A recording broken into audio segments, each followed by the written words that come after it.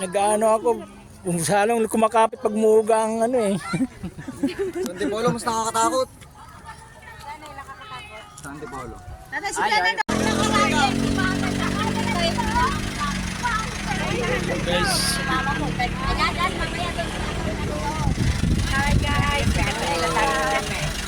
hello.